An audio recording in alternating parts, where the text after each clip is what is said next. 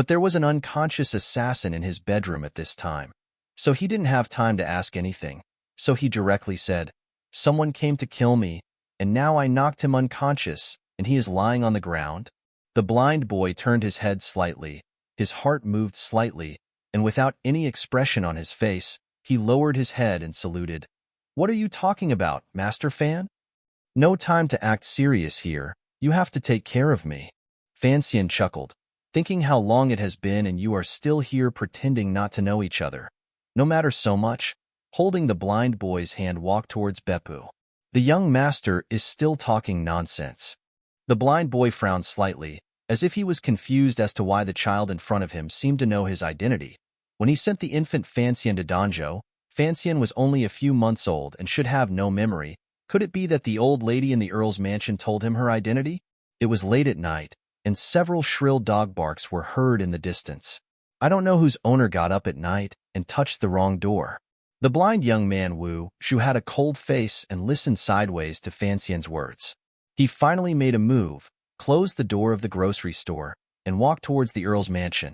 Fan Xian breathed a sigh of relief and followed in small steps.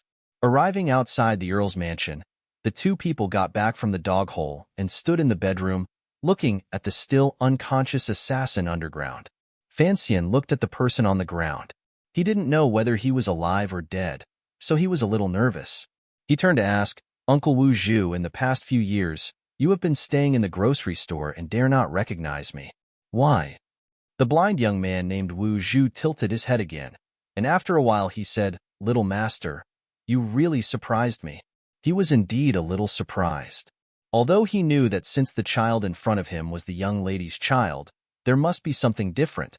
But Wu Zhu did not expect that the child in front of him would appear so mature at the age of only 4 years old, and he could actually... Conspiracy against Master Fei who came to Kyoto. Let's deal with the person in front of us first. Fan Xian turned the assassin over on the ground with some difficulty, took off his mask, and revealed the assassin's true face.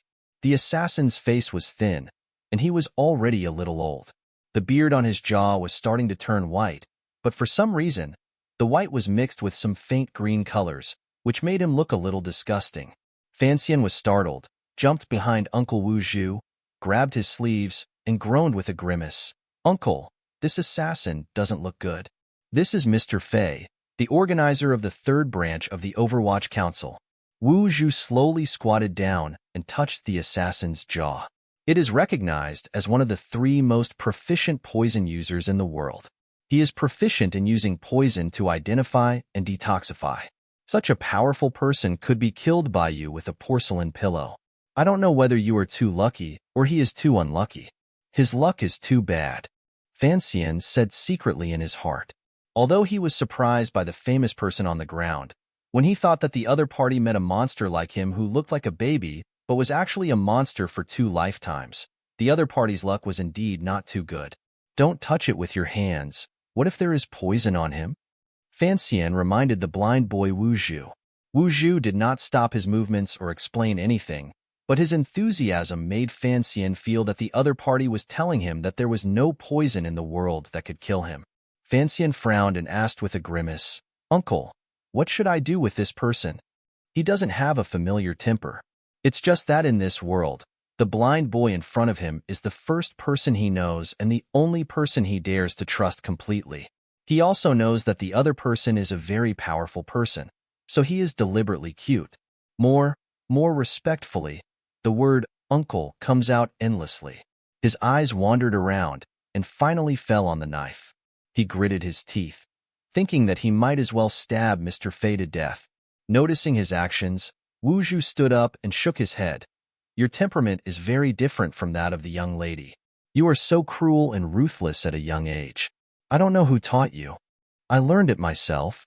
Fan Xian did not dare to offend the only strong person he dared to trust, so he said respectfully, "My nephew knows that my uncle has been guarding my nephew in the grocery store, and I also know that my uncle is afraid that my mother's enemies will do it because of my uncle. The existence came to me, so I didn't stay in the Earl's mansion, so my nephew had to be cruel." Wu Zhu shook his head again and said nothing. Fan Xian knew that his mother's master servant was beginning to be suspicious of him and asked with a smile, "Uncle, What should I do next? His meaning was obvious. It was better to let Uncle Wuzhu do the killing. Unexpectedly, Wuzhu said calmly, Master, you hit the wrong person. Ah? Hit the wrong person? Fanxian was stunned on the spot and slowly lowered his head to look at the bloody assassin on the ground. But it's a fight, so you don't need to think too much. Wu Zhu said quietly, Master Fei is the director of the third room of the Overwatch Council. His secret identity, to be precise, he is your father's subordinate. Exit. So when he came to Danzhou this time, he probably didn't come to kill you. If he really came to kill you, then I believe that no matter how capable the young master was, he would have died countless times. Fanxian then thought that the assassin on the ground seemed to have said that his father sent him here. But